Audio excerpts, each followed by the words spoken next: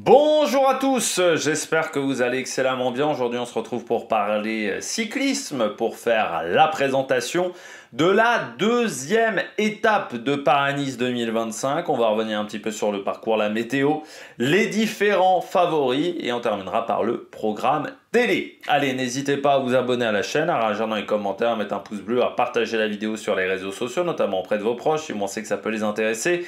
Dans les commentaires, n'hésitez pas à me dire bien qui sont vos favoris pour cette journée. Est-ce que vous allez être devant votre télévision? Est-ce que cette étape va vous intéresser? Si vous avez les moyens et que vous voulez soutenir mon travail, vous pouvez faire un super thanks, ça se passe dans les commentaires. Vous pouvez également rajouter la petite cloche. Comme ça, vous êtes au courant des dernières vidéos qui sortent, notamment des vidéos cyclisme. Et puis, plus vous cliquez rapidement sur une notification et sur une miniature, plus la vidéo est mise en avant par YouTube. Je remercie également les gens qui font cet effort en même temps que les super thanks. On commence tout de suite avec cette vidéo. Deuxième étape, normalement, étape des bordures sur Paris-Roubaix. Sur Paris-Nice, pas Paris-Roubaix, pardon. Pas encore Paris-Roubaix, c'est l'étape des coups de bordure, c'est-à-dire une étape où on sait très bien qu'il va y avoir beaucoup de spectacles pour une raison extrêmement simple. On est dans le Loiret, on est dans la Beauce, en gros, on est à découvert tout le temps. C'est un coin où il y a très peu de haies au niveau des champs, contrairement à d'autres départements comme le mien où il y a pas mal de haies. On est beaucoup moins à découvert, beaucoup moins en plein vent. Là, c'est quand même parfois vous traversez des zones comme ça à perte de vue où il n'y a que des champs. Vous voyez que des champs et des éoliennes quasiment. Donc on sait très bien qu'il y a du vent. Pas parce qu'il y a des éoliennes, mais parce que vous avez des champs complètement à découvert. Et ça veut dire que même à 30 km/h, on peut avoir des coups de bordure. Ça peut partir très vite. Il suffit pas beaucoup de vent pour que ça parte. Donc on sait que c'est une étape qui est toujours très spectaculaire. Et même quand il n'y a pas de vent, les coureurs sont tendus. Parce qu'encore une fois, ce paramètre qu'il n'y ait quasiment pas de haie fait que on sait très bien que le moindre petit kilomètre-heure de vent peut avoir des conséquences. Donc tout le monde est extrêmement tendu et cette tension apporte souvent des chutes qui ont souvent des conséquences. Déjà pour l'étape de demain, le contre-la-montre par équipe, parce que si vous avez un coureur qui abandonne, bah vous êtes un de moins, forcément vous allez être moins efficace, mais aussi parce que même s'il abandonne pas ce coureur-là, s'il est tout éraflé comme Tadej Pogačar, il risque pas d'être hyper efficace, surtout avec la position de contre-la-montre le lendemain. Si c'est égratigné au niveau des avant-bras comme Kwiatkowski, ça va être compliqué de tenir la position de contre-la-montre. Et puis, si vous êtes ralenti par la chute et que vous êtes obligé de faire une grosse bagarre pour revenir à l'avant du peloton, là aussi vous perdez de l'énergie pour le contre-la-montre par équipe, ce qui n'est pas l'idéal. Donc c'est une étape où le peloton va être extrêmement tendu. On va le voir demain, les interviews au départ. Les mecs vont avoir tous le masque. Tous le masque. C'est pas une partie de plaisir. Il y a très peu de coureurs qui vont prendre du plaisir sur une étape avec du vent et des bordures. Tout le monde normalement est très tendu à le masque parce qu'on sait qu'on peut tout perdre. Malgré tout, normalement, on ne devrait pas éviter un sprint, sauf surprise. Parce que déjà, il semblerait que le vent soit pas forcément suffisamment fort. Mais tout simplement parce que même s'il y a un coup de bordure, à Paris-Nice, sur cette étape-là, il y a toujours un sprint. On n'a jamais vu un mec gagner en solitaire. Donc il faudra l'avoir en tête. Allez, on regarde tout de suite le parcours de cette journée. Vous l'avez à l'écran maintenant. Alors on part de Montesson pour aller à Bellegarde, 184 km. Le début de journée va ressembler comme deux gouttes d'eau à l'arrivée d'hier, c'est-à-dire qu'on va repartir de Montesson pour aller vers Le Perret-en-Yvelines, ville d'arrivée de la veille, avec le retour de la côte des Ménules, 1,2 km à 5,7 de moyenne, cette côte qui la veille n'était pas au classement de la montagne, mais qui aujourd'hui se retrouve au classement de la montagne, mais n'a plus de seconde de bonification. Deuxième côte au programme, la côte de la Villeneuve, mais là beaucoup moins pentue, beaucoup moins dure. La côte des Ménules, c'est 1,2 km à 5,7 de moyenne, c'est déjà pas non plus infernal. La côte de la Villeneuve, c'est 1 km à 3,6 de moyenne, donc c'est pas exceptionnel. On part du 78, on arrive dans l'Essonne, Dourdan notamment, tout ce coin-là. On va faire un petit tour en Eure-et-Loire, alors un petit tour, vraiment, et puis ensuite on arrivera dans le Loiret, le département du 45, avec notamment Charmont-en-Beauce, hein, dont je vous mentais pas quand on était en Beauce, Dadonville, Bois-Commun. On effleure la forêt d'Orléans, la forêt orléanaise, pour arriver du côté de Bellegarde, avec un circuit d'une vingtaine de kilomètres et 2 passages sur la ligne d'arrivée à Bellegarde. On va regarder tout ça en détail, notamment ce circuit, ces derniers kilomètres et ce circuit.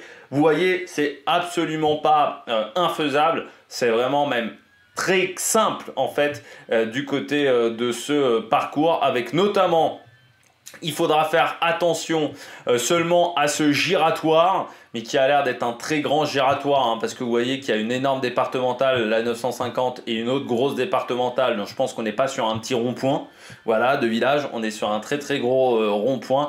Et puis ensuite, ce circuit, il n'y a pas vraiment de virage extrêmement technique, alors il faudra faire attention à la sortie de la commune de Bellegarde, hein, mais là on sera encore à une vingtaine de kilomètres de l'arrivée, et puis ensuite, on sera sur des routes qui sont pas trop mauvaises. Il faudra peut-être faire attention entre Moliard et Saint-Loup-des-Vignes, hein, ce passage de 3-4 km où la route semble un peu plus étroite, on est plus sur une très grosse départementale, mais ensuite on est voilà, sur des très grosses routes, donc il n'y aura pas vraiment de soucis. Par contre, il faut faire attention, 5 km en ligne droite.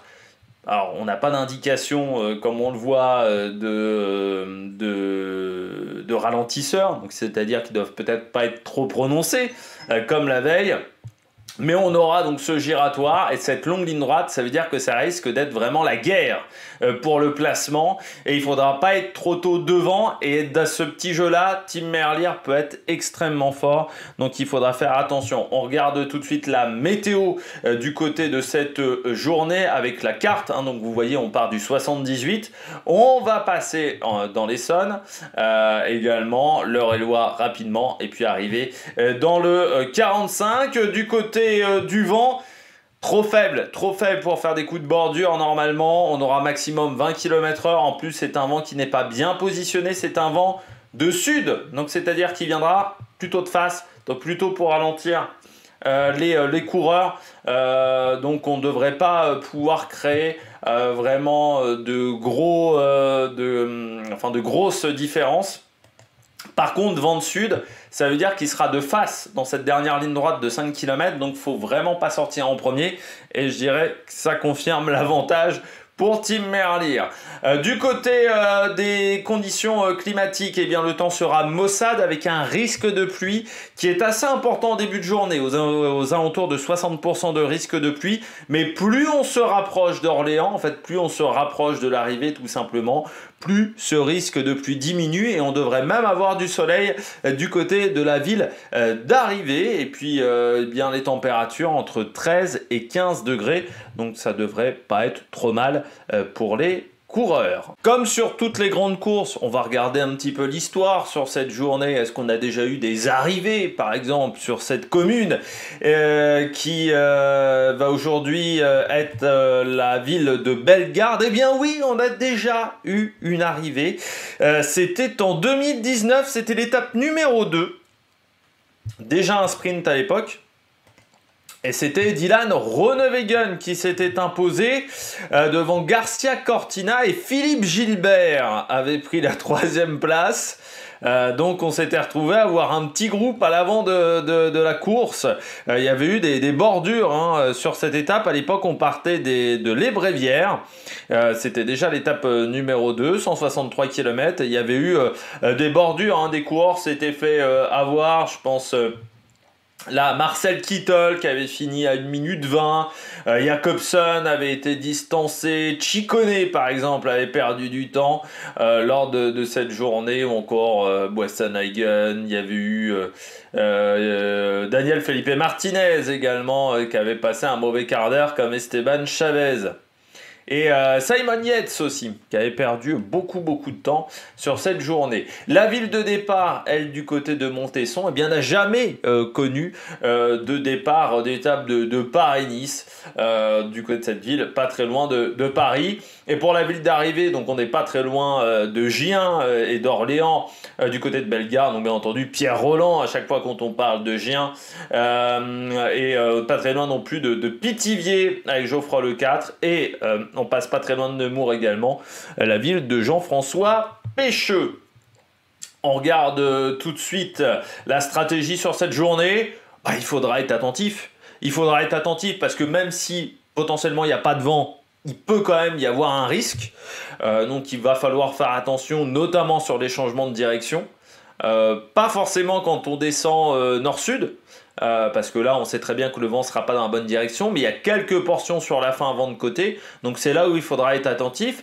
Mais il va falloir être attentif sans consommer trop d'énergie. Sans consommer trop d'énergie au niveau physique, parce que forcément, quand vous êtes à l'avant du peloton, vous risquez de bouffer du vent, mais sans consommer également trop d'énergie au niveau mental, ce qu'on appelle l'influx un petit peu nerveux, c'est-à-dire cette concentration qui peut manquer dans les 5 derniers kilomètres, où là, ça va être extrêmement tendu. Il faudra surtout pas sortir le plus tôt, il faudra vraiment avoir un bon sens du timing, il faudra avoir suffisamment de main d'œuvre pour les 2 derniers kilomètres, parce que vent de face, ça peut être extrêmement compliqué et ça risque de remonter à droite, à gauche.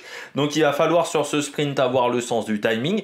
Et puis pendant la dernière heure et demie de course, être devant mais sans consommer trop d'énergie. Voilà, c'est un peu le même placement que pour Milan-San Remo. Vous savez, Milan-San Remo, il y a toujours des coureurs qui sont un peu trop tôt devant. Là, il va falloir pas être trop tôt devant, mais en même temps pas être trop derrière non plus. Donc il va falloir être dans la boule et c'est pas toujours facile. On regarde tout de suite mes favoris pour cette journée. J'enregistre, nous sommes le 9 mars, c'est-à-dire que l'étape numéro 1 s'est déjà déroulée et il est 17h20, je précise parce qu'il y a peut-être certaines journées où on fera l'enregistrement de cette présentation avant que l'étape du jour n'ait eu lieu, donc avec un petit décalage voilà, de 24 heures. Ce qui fait que certains coureurs peuvent être tombés entre temps, donc je le précise toujours. Du côté de mes favoris, Tim Merlier. Alors là, je vous ai un peu bassiné avec Tim Merlier pendant toute cette vidéo, mais regardez le sprint. Juste un sprint, vent de face, vu ce qu'il a fait aujourd'hui, dans cette journée de dimanche sur cette première étape, c'est un sprint vent de face. Van der Berge, là il va falloir se placer, avoir un bon sens du timing, c'est totalement ce qu'ils ont depuis le début de saison. Je vois difficilement comment on va pouvoir battre Merlier. Je me méfie droit de Sébastien Molano. J'avais un peu des doutes sur cette première étape du côté droit de Sébastien Molano parce qu'il était tombé sur l'UAE Tour. Voilà, il s'était fait mal à la cheville, donc voir comment il a récupéré. Il a plutôt bien récupéré, je pense. Molano, plus c'est la guerre, mieux il aime. Là, ça va être la guerre. Molano, quand c'est la guerre, il arrive à trouver des solutions. Sur ses arrivées comme ça, avec des longues lignes droites, normalement, il se débrouille plutôt pas trop mal. C'est un peu comme Gaviria, c'est des coureurs qui arrivent à être parfois pas trop mal dans ce genre de situation. Je mets quand même Mats Pedersen, parce que je pense qu'il doit l'avoir mauvaise de cette première étape, et il va avoir envie de se refaire la cerise. Mais il faudrait être mieux positionné. Du côté des coureurs à suivre, je mets Emilien Janière. J'ai trouvé que sur le premier sprint, c'était pas exceptionnel, mais c'était quand même une étape compliquée. Peut-être un peu trop dur encore pour du Emilien Janière. Et je me méfierai également d'Arnaud Démare. Mais il faudra encore une fois que du côté d'Arkea, on bosse mieux. Mais comme on a fait un bon résultat la veille, parfois, ça va motiver encore plus les troupes à mieux faire le boulot parce qu'ils vont avoir encore plus confiance en leurs sprinteurs. Et on peut peut-être faire un meilleur travail que lors de la première étape. Du côté du programme télé, sur Max et France 3 à partir de 14h45, sur Eurosport 2, là ça sera seulement à partir de 15h45, c'est-à-dire on attendra que l'étape de Tirreno-Adriatico s'arrête pour passer sur Eurosport 2. Il n'y aura pas une chaîne qui diffuse Tirreno, une chaîne qui diffuse Paris-Nice comme ça a pu l'être à une époque. Eh bien, j'espère que vous avez aimé cette vidéo. N'hésitez pas à vous abonner à la chaîne, à réagir dans les commentaires, à mettre un pouce bleu. Et puis nous, on se retrouve pour de nouvelles aventures sur Amérique Production. Ciao, ciao!